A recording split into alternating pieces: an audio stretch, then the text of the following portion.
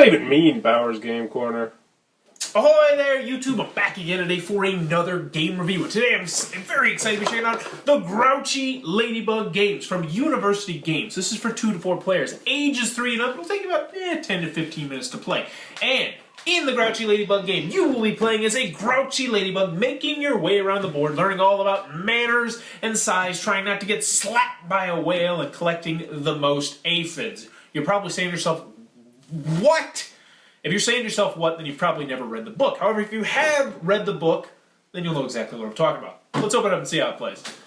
Alrighty then, we're going to take a look at what you're going to get inside the Grouchy Ladybug game. First and foremost, we have our handy-dandy box insert instructions, kicking it back to the 60s. But, you know, the game is super simple, so you'll probably need it once or twice and never, ever again. So that's always good. And also, the instructions is very easy to understand and easy to read and play.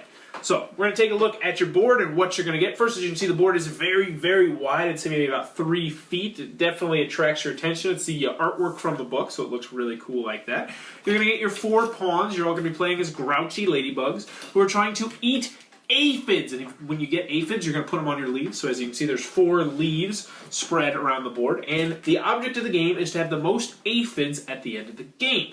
Now, you're like, it looks like it's a race. Well, it is a race, because if you finish the race first, you gain 2 additional aphids. So that's always nice to get the 2 additional aphids. Now, there's also the whale over here, just like the book. And this is his tail that's going to be swinging around. We'll show you a little bit more about that, how that works later. So, in this game, the last thing I forgot to mention is you're going to have these little tiles over here. These are going to be questions that you're going to be asking people, but we'll get more of those in a second. So to start off the game, we'll just pretend it's a 2-player game. We got yellow versus green. Yellow can have this leaf, green can have that leaf. You're going to spin the spinner. Decide who goes first. We'll say yellow does. And then that one will move 2 spots. So we go 1, 2. Now, when you land on a spot with aphids, the way you gain the aphids is you have to ask the aphid banker, I guess you'd call him, to please give you the aphids. Say, may I please have my aphids? The whole game is about being polite. If someone doesn't ask polite, well, then you don't have to give them the aphids. I actually make a custom rule that if you don't ask polite, then you don't get them, and I don't give you a second chance. And that really kind of drives home the point, but I'm also cruel.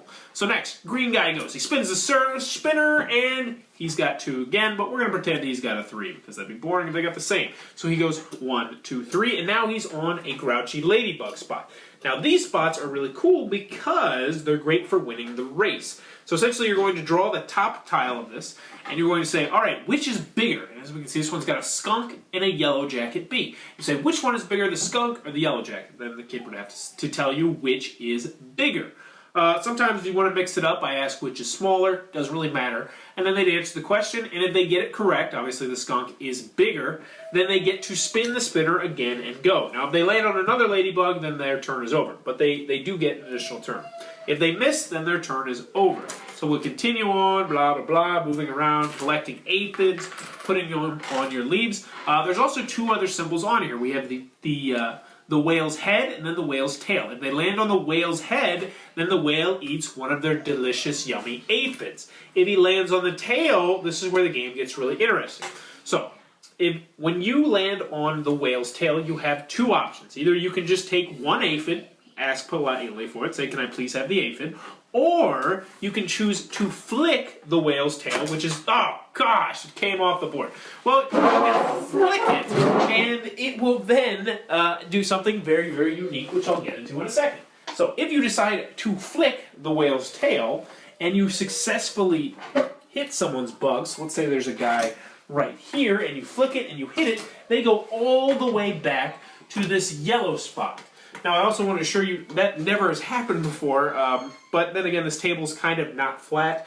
But if you can successfully hit somebody, then they go all the way back to the yellow spot right here, which is obviously a pretty big jump. But you continue racing around the board until someone gets to the finish line. They'll gain 2 aphids. You count up whoever has the most aphids, and that person is the winner of the Grouchy Ladybug game.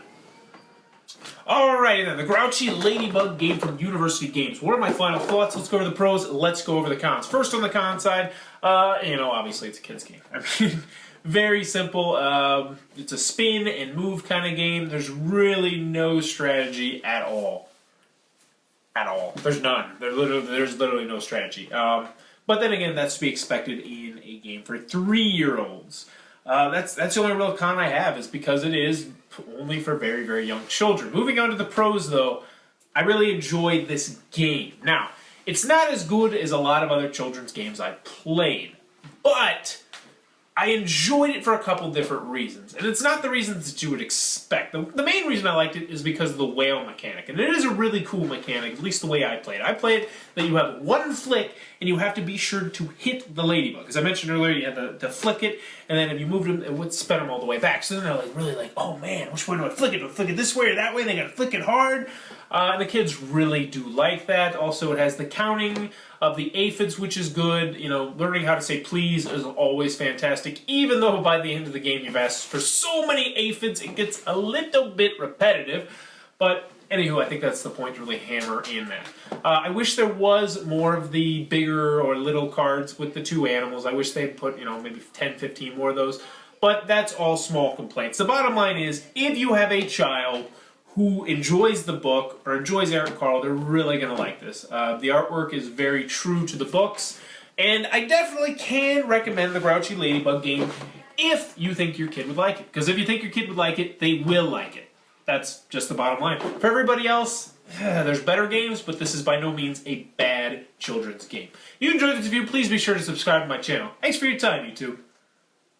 That was the review for the Grouchy Ladybug game. For more reviews and previews, check back at Bauer's Game Corner.